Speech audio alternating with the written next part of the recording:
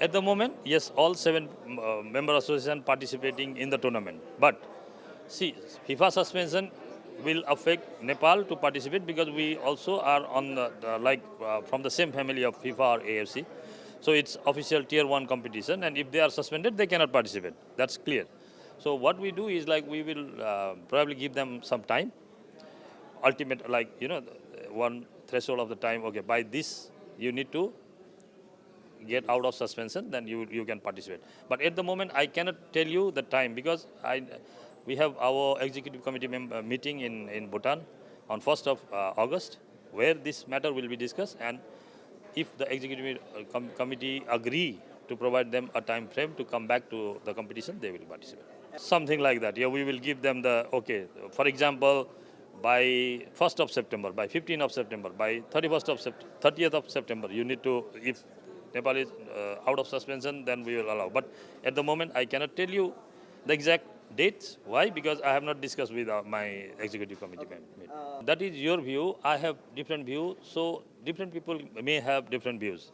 We also came up in our board, with our national associations. Of course, some president may have the view like yours. Some president may have the view like mine. My view is if you want to raise your performance, you need to invite people who are better than you, so that you have the experience of playing against a better team. But I'm also respecting your view because there are a lot of people, maybe 50%, 60%, 70% think like you that SAF has to be exclusive SAF championship. There are things which is more than this, like logistical things. You need to have your partners, you need to have the budget. If you bring the team from outside, the budget is going to be increased. So how we are recovering that? That is another part.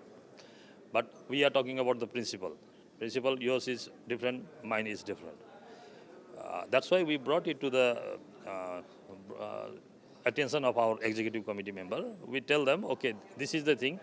There are views, different views. We need your direction. So the executive committee member meeting of SAF in Bangkok this year decided that whenever we are participating any teams from outside, we need to bring it forward for the approval of the executive committee. So administration cannot only bring it like that.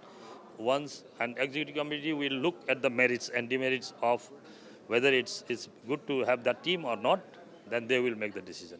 বিনিয়োগ হোক বিশ্বস্ত আমার পছন্দ salt বে Salt Bay. Depending on the executive committee will review, and then they will let you know. They will invite it. Yeah, it is the invitation is not banned. So far, there is a room, but it is not administration work with some team and bring. It's like has to go to the meeting for everything. Not they can.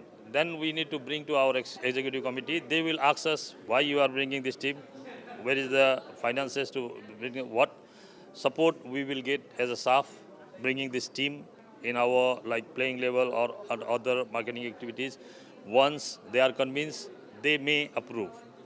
Yeah, that was the concern raised by some member association, and we spoke with the AFC also on this thing. So it is our decision. So what we are doing is we are making the window, the registration bigger.